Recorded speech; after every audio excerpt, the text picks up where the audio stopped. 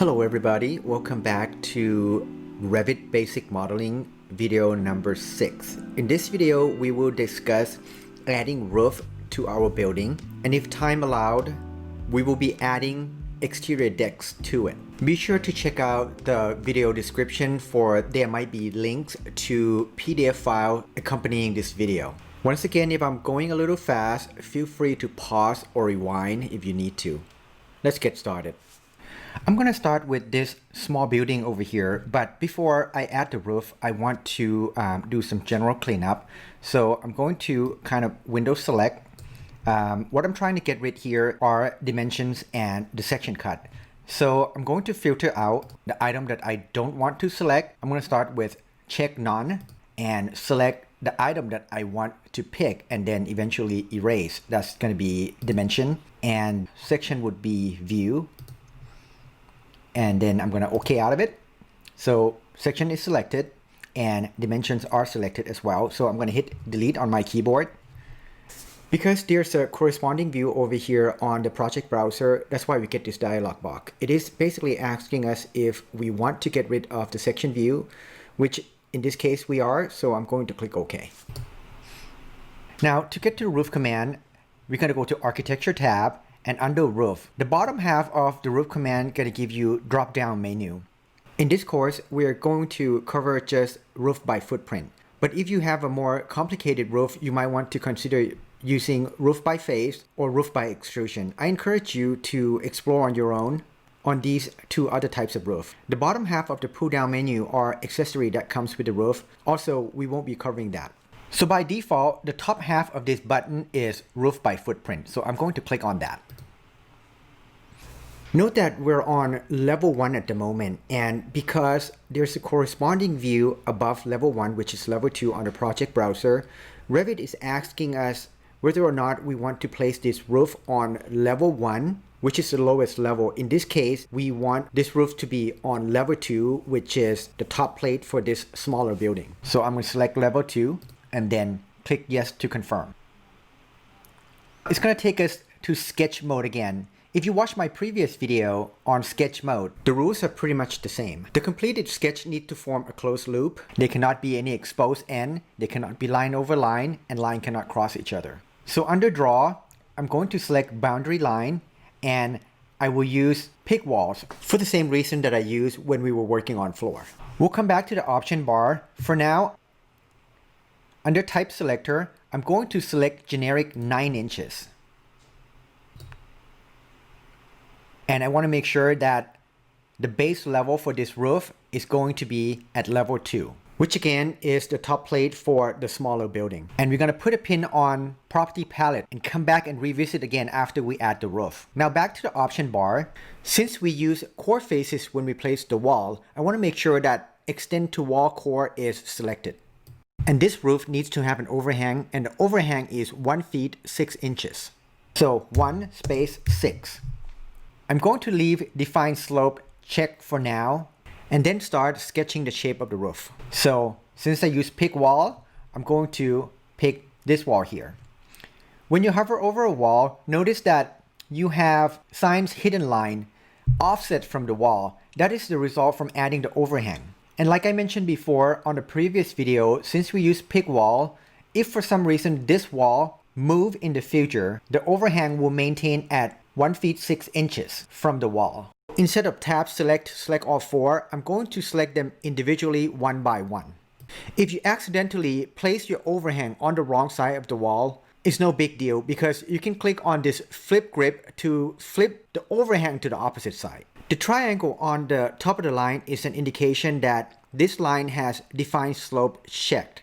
Think of define slope as a pivot point where the eave of the roof starts to slope up toward the ridge.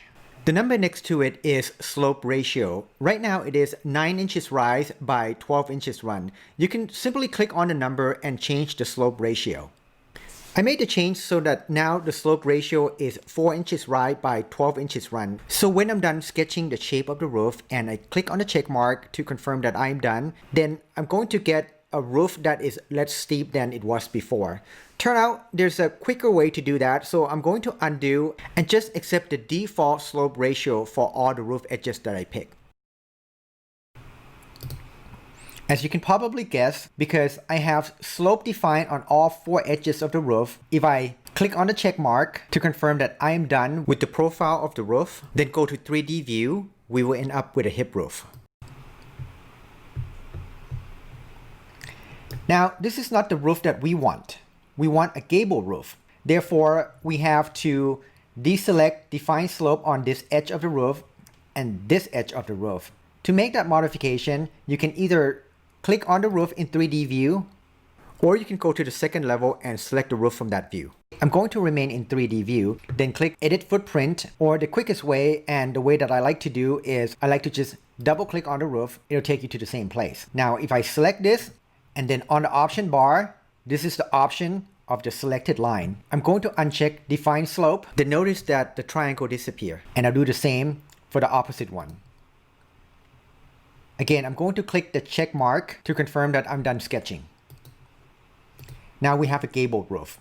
The next problem is the roof pitch that we have here is not matching with the project that we're trying to mimic. We can double click on the roof and go back to the sketch mode and change the slope ratio one by one. But perhaps the quickest way is to simply single click on the roof, then go to Properties Palette, under Dimensions, under Slope, change the ratio from 912 to 1212 to match the Lofty Nature Retreat in Quebec project. Let's take a look over here where the roof meets the wall. Back to the Property Palette, we have Rafter or Truss option. Truss is a manufactured structure that truck onto the site and then install. In this project, we're going to use conventional rafter, which is going to sit a little bit lower than truss. So I'm going to change this option to rafter. Notice that there will be a little cutaway here after I change it to rafter.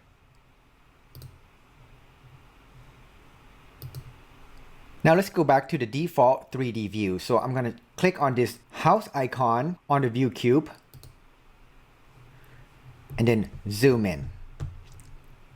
I will select the roof so that I can use it as the center of my orbit. Press Shift on my keyboard and click and hold the middle button and start orbiting. Now that we have the correct roof, the last thing that we need to do, in fact, let me cut a quick section.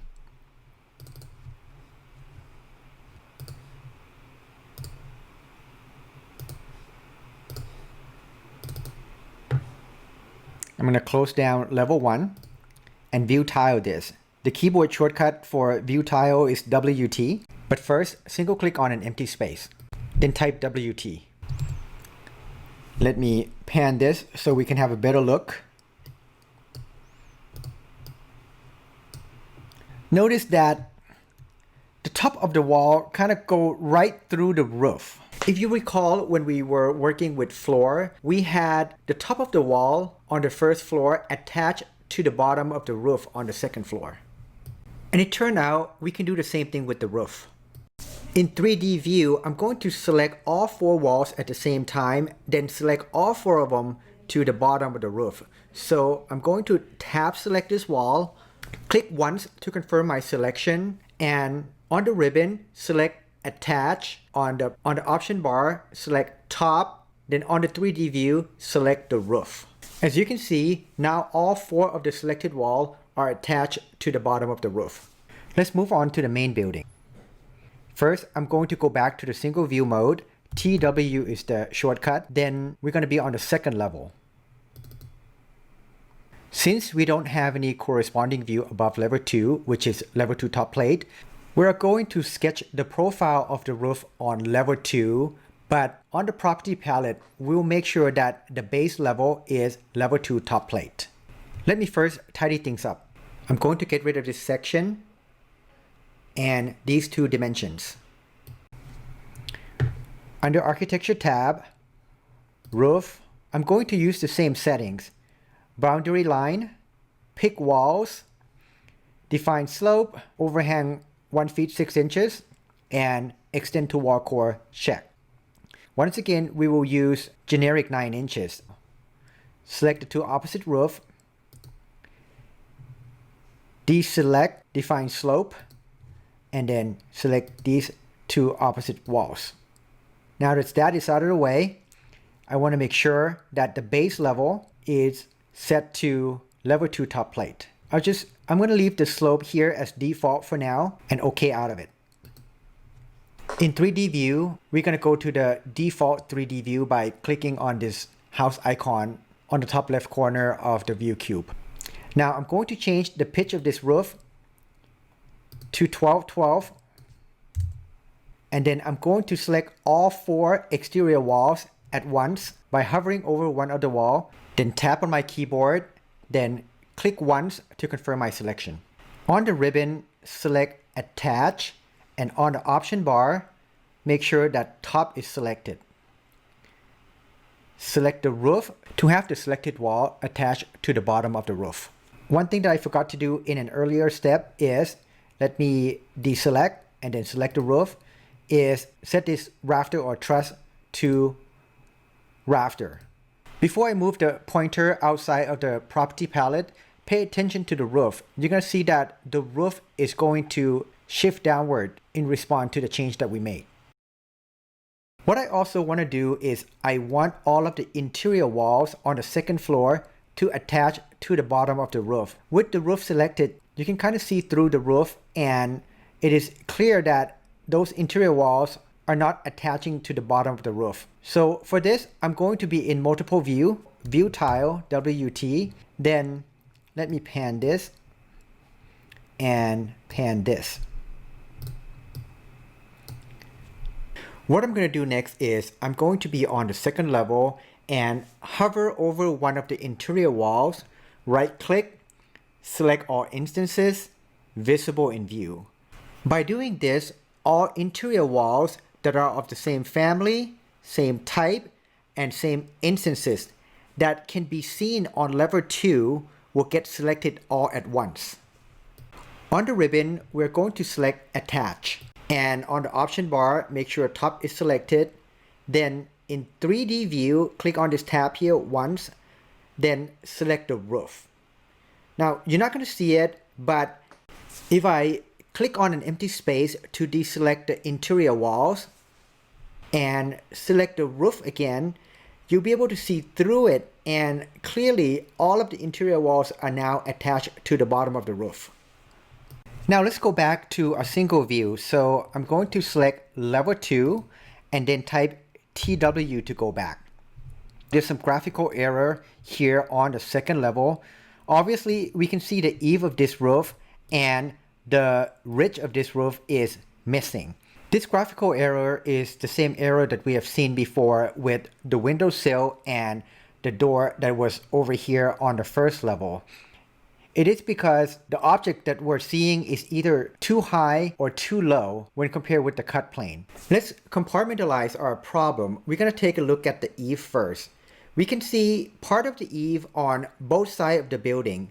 One solution is we can create 2 separate plan regions to control the visibility of the eave on each side of the building. But perhaps the simpler way is to just permanently hide the selected eave in this view. To do that, with the eave selected, right click, and on the drop down menu, select Hide in View. And since we only want to hide these elements, we will select Elements. Now I'm not going to do that. I'm going to use keyboard shortcut instead. And the keyboard shortcut is EH for Element Hide.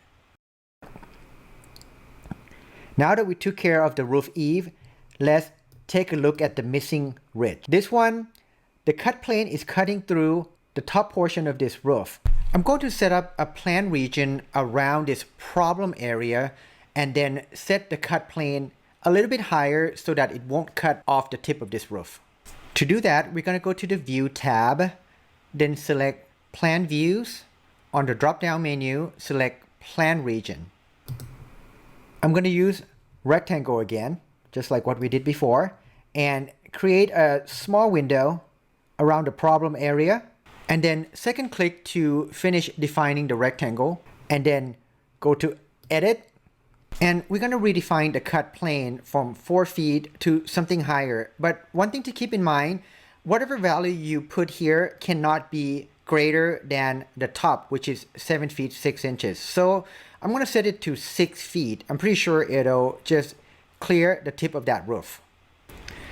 Then click on the check mark to confirm that we're done and the graphical problem is now fixed. Looks like we have a few more minutes, so I'm going to go back to level 1 and we're going to be working on adding the exterior deck. I'm just going to simplify this by making the exterior deck concrete deck. So refer to the PDF file on the video description for the dimensions of the deck. Let me zoom in. I'm going to start with the deck in this area. So I'm going to use sketch then modify method for this. Under architecture, I will select floor. And the floor that I'm going to use is going to be concrete 4 inches. Now I want the base constraint or the constraint level to be at level 1. And I want this to be 4 inches lower than the main slab. So I'm going to set this value to -4 inches. On the ribbon, we're going to select boundary. I will use pick wall to start. And I want to make sure that extend to wall core is checked. And I will select this wall over here. Then I will switch my draw option to line. And then sketch the shape of the deck. Escape once to break the chain. And then type TR for trim extent. As always, we're gonna select the size that we want to keep, and now we have the basic shape of the deck. The deck is 9 feet wide in this direction, so I'm gonna use dimension to help me get there. Permanent dimension, I'm gonna dimension this to center of the door to the outer edge of the floor. Then click modify to get out. Change this to 4, 6. Do the same for the opposite side. 4, 6. Now we have a total of 9 feet. Permanent dimension again. We have 3 feet here and 8 feet here. I'm going to change that to 3. Change this one to 8. Once again, everybody, don't forget to select the object that you want to move before you make the modification to the dimension. Next, I'm going to use the align command and the shortcut is AL. And now we're done with this area of the deck. Next, we're going to move on to the deck that goes between grid line B and C. I'm not going to be talking much from this point on, but hopefully it'll just make sense to you by just watching. I will also keep the video speed at normal speed and hopefully it won't be too fast. One last thing, don't forget to refer to the PDF files so that you know what shapes I'm trying to sketch.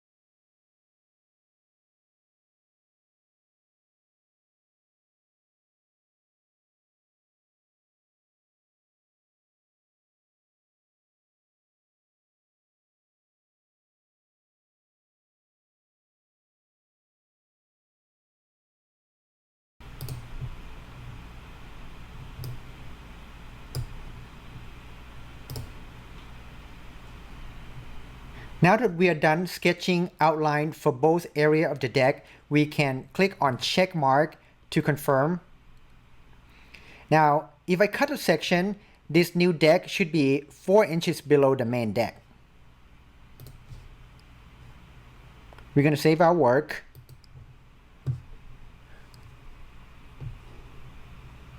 Let's cut a section.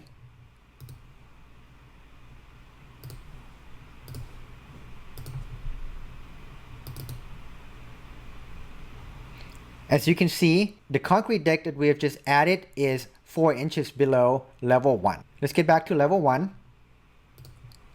We are going to add a separate deck for this smaller building over here, which is going to be 4 inches below the main deck just as well. But the reason why I want to make it separately because I want to add foundation around this slab for the smaller building. So architecture, floor, use pick wall, make sure it's concrete 4 inches, level 1 and -4. Extend to wall core.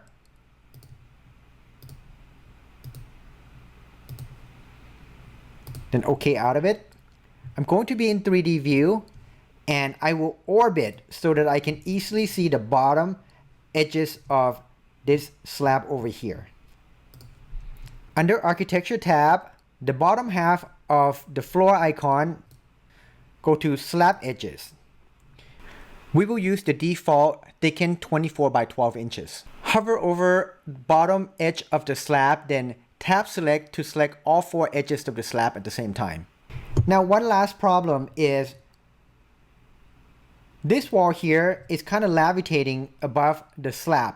So we're going to have to ground the base of all exterior walls. Let's orbit to the other side. I will tab select all 4 walls at the same time, tab, then select. I will change the base offset to match the top of the slab, which is -4 inches, and then OK. Now the base of the wall meets the top of the slab. We just have this door that we need to fix. At this point, if this concept is still confuses you, I want to suggest that you go back and review my other videos on building levels, also a video on reference plane. Here, I'm going to select this door and then change the sill height to -4 inches so that it meets with the slab.